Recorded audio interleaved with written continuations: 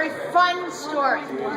So I spent about 6 months doing research for a company called Carménère, and what I found out when I did the research for them is about the Carménère grape.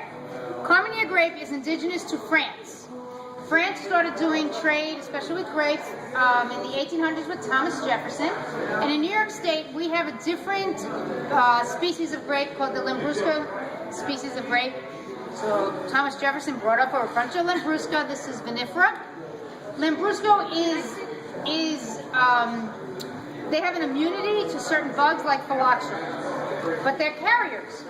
So when we brought over our Lambrusco grapes, we brought carriers of phylloxera over to France, and we killed a lot of their grapes. At the same time, the Chileans decided they wanted to get into the wine industry, so Carménère, being one of the leaders of it, sent over people to Chile to get some grapes for them.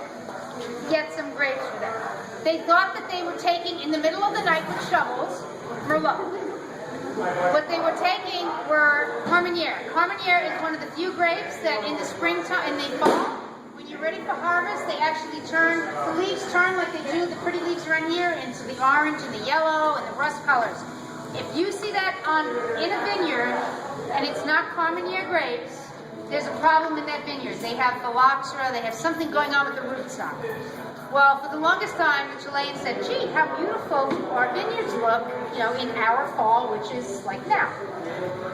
It wasn't until late 1990s, early 2000s that they said, let us do a DNA test on it because this leaf turning is not right. The grape leaf also almost looks like your hand, so it's got like these leaves, and then it has a big space, and it has a big leaf here. The Carménère grape has a bigger space here, which was another reason that they said, let's do a DNA test. They did the DNA test, and they found out this was not Merlot they were growing, this was Carménère. Thank God they stole the Carménère because we killed it all during phylloxera in the 1800s. So now, France is now starting to produce, they have grapes old enough, and vines old enough that they're able to produce single varietal Carménère wines that we're going to start seeing coming out of France again. But that was an indigenous grape to France, gone for over 100 years, and is now back thanks to the Chileans who stole it. So, hats off to the Chileans, we love it. That was funny. All right, guys, so over the next week, this is going to turn into wine when you come back next week. When? We are coming back on Saturday at 4:45. Saturday at 4:45. Somebody has a wife, so Right. she wants to be late. Yeah, we're going to spy on you to make sure you have lots of tips. This will be almost fully converted to wine. All the alcohol, all the sugar will have been eaten into alcohol, and at that point we'll press it, and we'll try the wine coming right out of the press. Can you explain why some of the wines are sweet over there? What causes it to be red wine to be sweet? It's a matter of Taste.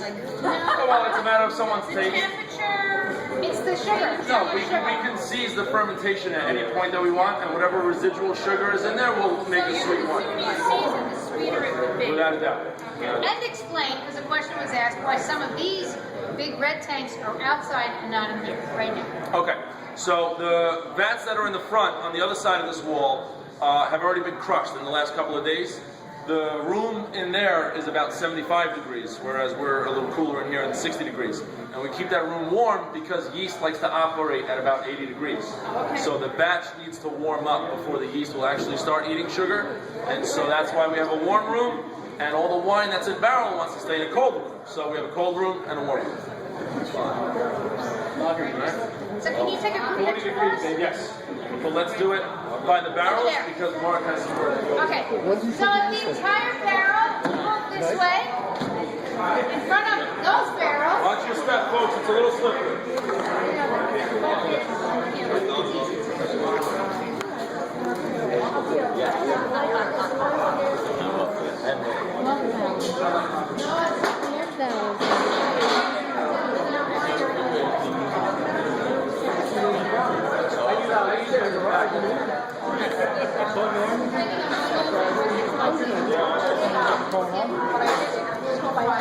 I think I learned something short.